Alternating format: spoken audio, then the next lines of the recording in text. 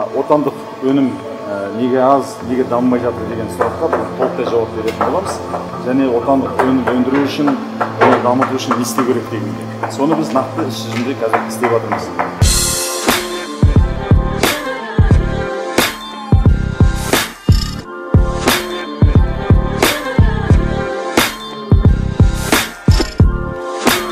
Жалпы бизнесте белгілі да, не нәрсеге сұраныс бар болса, сол нәрсе өседі. Сондықтан ең алдымен сұраныс туғызу керек. Неге біздің осы бұрын Совет өкіметінде Қазақстанда жақсы бәсекеге сай аяқ киімі жоқ? Өйткені бізде ең бастысы дизайн. Ең бірінші орында дизайн, содан кейін моделінің әдемі болуы. Негізгі кез келген зат өзінің сегментіне бөлінеді да.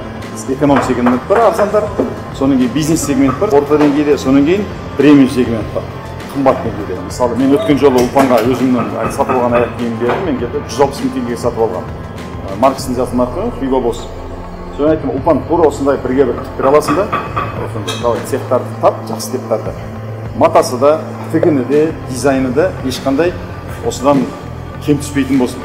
Қазір міне соған ұқсас, мына туфли тұр да. Керемет тамаша тері, Турциядан келген, ішінде кейбіреулер Италиядан келген жоғары сапалы терілер. Тігісі мен сатып алған Hugo Boss'тан ешбір айырмасы жоқ. Өйткені осындай жақсы итальяндық және де түріктік өте жоғары сапалы стандарттарды тізген. Ал енді мамандарды сол жаққа апарып және сол жақтағы мамандарды келіп үйретті. Бұл енді бір космический корабль жасау емес, ешқандай керемет қиынлық жоқ. 2 ай, 3 ай, 4 айдың ішінде әрбір адам өзінің ісін істей алады. Әрқайсысы өзінің мамандығын 1 айдың ішінде жақсы деңгейге жеткізе алады.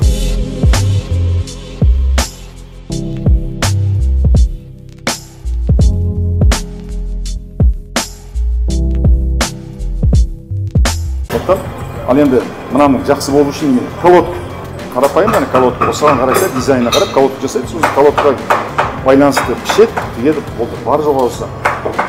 Енді айталық, бағанағы мен әперген туфлиді соған бірге бір жасады. Мысалы, сол туфли мен дүкендерде, мысалы, Алматыда жақсы сол дүкендерде 160 мың теңге тұратын болса, Ұлпан, сенің бөлшегін қаншаға сатасың? Мен берген туфлиді шығардың ғой бірге бір. Сенде қанша тұратын болады, сатылым бағасы? 40-50 мың болады. 50 мың теңге. Қазір елесеңіз, тура сол нәрсе үш есе арзан. Бұл енді автомобиль емес қой. Моторы қандай, дөңгелегі қандай, коробкасы қандай деген сияқты. Сөйтіп күмәнданатын еді. Табаны тері, толық тері, мынасы толық жақсы сапалы тері, ішіне дейін түгел тері, және де сиырдың терісі. Енді Ұлпанның өте дұрыс жасап жатқаны, және мына цехтың дұрыс жасап жатқаны, олар өздерінің сегменттерін қай жерде бәсеке жасай алады, конкурент жасай алады, сол сегментті дұрыс таңдап алды. Олар бизнес сегмент таңдап алды. Ал эконом сегментте Қытаймен бәсеке жасау мүмкін емес. Неге? Қытайдағы шығаратын аяқ киімдердің 90-95% шошқан терісінен жасалады. Шошқан терісі өте арзан. Қытайда шошқан өте көп өндіреді. Сондықтан Қытайдың аяқ киімі арзан. Біз ондай арзан қылып жасай алмаймыз. Қытай әрине дизайн бәрін келтіреді. Қытайда еңбек өнімділігі өте жоғары. Сондықтан біз қазақстандық өнімдер кіммен біз бәсеке жасай аламыз? Түріктермен және итальянецтермен. Неге біздің Қазақстанда шыққан туфлилер тура сол итальян дизайнда, сапада, бірақ бағасы арзан болады? Неге арзан болатынын түсіндірейін. Аяқ киімдердің бәрі мынандай коробкамен келеді.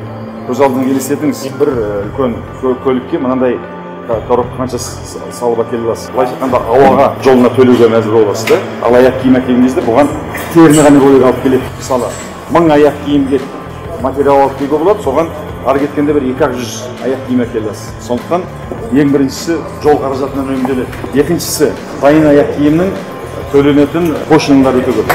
Үшіншісі, әрине Италиядағы, Түркиядағы жұмыскерлердің жалақысы әлдеқайда жоғары.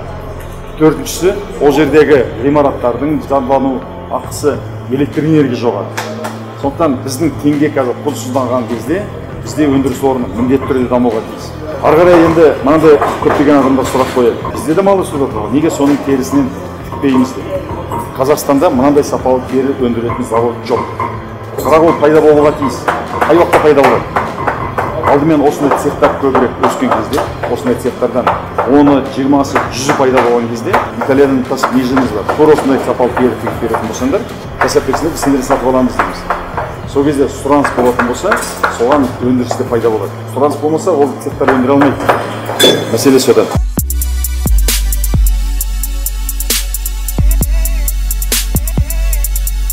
Сонымен Ұлпан, сен биыл қанша модель тіктіріп жатырсың көктемге? Қазір көктемге біз 450 түрлі модель дайындадық. Моделі қанша? Жалпы түсіне және модельге қарағанда 55 түрі бар. 55. Керемет. Ассортиментің өте жақсы да. Қазір жастар киім талғайды, әдемі киім істейді. Қалай таңдадың? Біз осы сіз айтқаннан кейін осы модельдерді дайындауға мен нақты 3 ай уақытым кетті. Ең бірінші.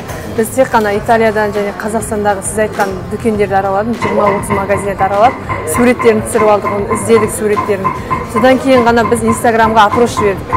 Қайсы жігіттер қайсысын атады көбірек, қайсына көбірек лайк басылды, плюс қойдық деген сияқты. Солайша ең жақсы сұраныс зерттеп алдық. Көп деген салып, соның ішінен ең үздік деген, ең сатылады деген. Таңдап алдық. Және Түркияға барған кезде суретке түсіріп біздің Қазақстанға келмеген 3 модельді алып келдім. Оны да осы жерде тіктірдік, оны да дайындадық. Негізі ең бірінші сұраныс. Одан кейін біз 2 түрлі, 3 түрлі модельдерді біріктіріп, бір модельдерді шығардық, жеке авторлық деп айтамыз, солай да қосып шығардық. Тамаша. Сен қандай жоспарларың бар енді сенің биылға? Қазір осы үлкен бір цехтың қазір жұмыс жасап жатырмын. Сіз өзіңіз айтқандай, мен тек қана спорттық үлгілерді бір цехқа, классикалық үлгідегі бір цехқа қоймақшымын. Және де жақын арада әйелдер, балалар аяқ киімін араластыру ойымда жоқ, тек қана ерлер аяқ киімін. Фокус соған салу керек. Фокус соған қоямын, сол кісілермен көбірек жұмыс жасау керек. Және де өте үлкен сатылымды осы бір жылдың ішінде 2-3 есеге өсіреміз деген нақты жоспарым бар. Мен ойлаймын, 10 есе өсіруге болады. Менің мынандай сенімім бар да, біз Турциядан келетін, Италиядан келетін аяқ киімдерді 80-90%-ға дейін осы отандық өзіміздің өніммен алмастыруға болады. Болады. Осы цех мысалы қазір саған айына қанша тігіп бере алады? Менде ешқандай шектеу жоқ. Тіпті аптасына 200 штука, 300 штука. Мен жаңа сұрадым, осылар айына 4-5 мың пар тіге алады екен да? 5 мың пар тіккіз алады да? Енді ары қарай тек қана сен үйренген құралдарың бойынша, маркетинг бойынша осыны дамытып, ай сайын жеткізіп отыр. Мынандай да сұрақ қойылады. Неге атын Деколо деп қойдыңыздар? Неге қадам, табан, болмаса бір қазақша бірақ қоймадыңыздар? Жел аяқ дей ма, сондай бір деген сұраққа қалай жауап бересің? Неге атын шетелше қойдыңдар? Жалпы біздің тек қана мақсатымыз Қазақстандағы шектеліп қалу емес. Біріншіден. Басқа елдерге шығару. Басқа елдерге бірінші жасап шығару. Ресейге, Қырғызстанға, Өзбекстанға да. СНГ ең бірінші. Екіншісін айтайын. Екінші мен кеңес берген мен болатын. Өйткені адамның ойын, адамның ұғымын, санасын өзгерту өте қиын.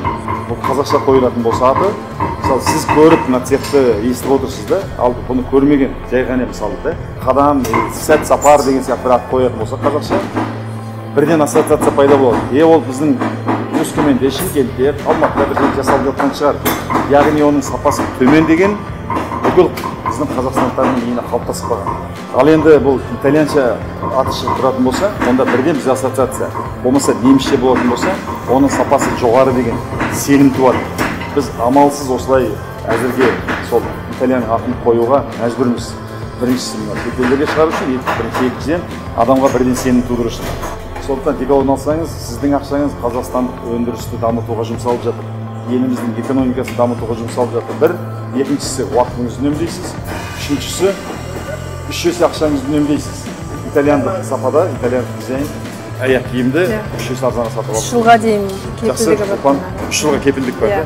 Супер, керемет. Қазақстанда кәсіппен айналысамын деген жандарға беретін кеңесім. Ең бірінші сұраныс тудырып алу керек. Ең бірінші клиент кімнің қолында, бренд кімнің қолында, бизнес кілті соның қолында. Сіз алдымен аяқ киімді сатып, зерттеп, қандай аяқ киім сұранысқа ие екенін біліп алғаннан кейін, өндіріске барып, аяқ киімге тапсырыс беру, ол ешқандай қиын емес. Өндіріс орындары өте көп. Грузияға да барып беруге болады, Қырғызстанға, Турцияға, болмаса осы қазақстандық цехтарға. Әрине Қазақстанға берген дұрыс, өйткені өзіміздің елдің өндірісін дамытасыз. Әрине ол сенің талабыңа сай келсе. Сондықтан кәсіп бастайын деген адам ең алдымен клиенттің ойында шығатын өнімді тауып, соны клиентке таныта білу керек.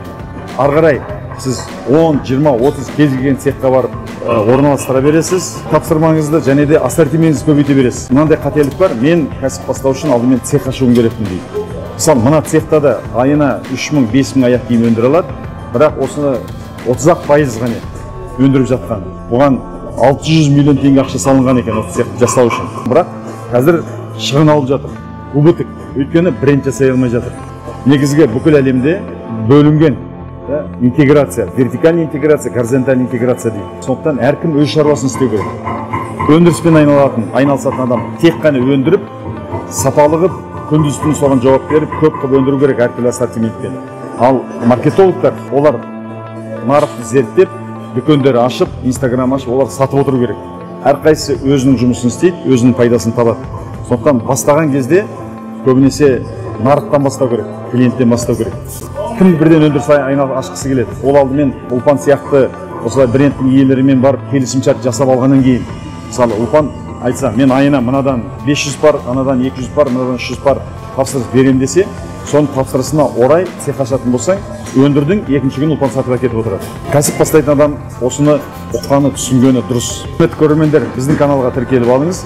Келесі жолы тағы қандай бизнес жайлы білгіңіз келеді, соны жазыңыз. Мен сол кәсіп орындарына барып, сіздерге осындай арнайы сұхбаттар жүргізіп отыратын боламын. Егер дәл қазір осы видеоның астына өзіңіздің каталог алғым келеді деп немесе номеріңізді қалдыратын болсаңыз, сіздерге бизнес бастауға арнайы көрермендеріне біз каталогтағы бағадан 20% арзанға беретін боламыз.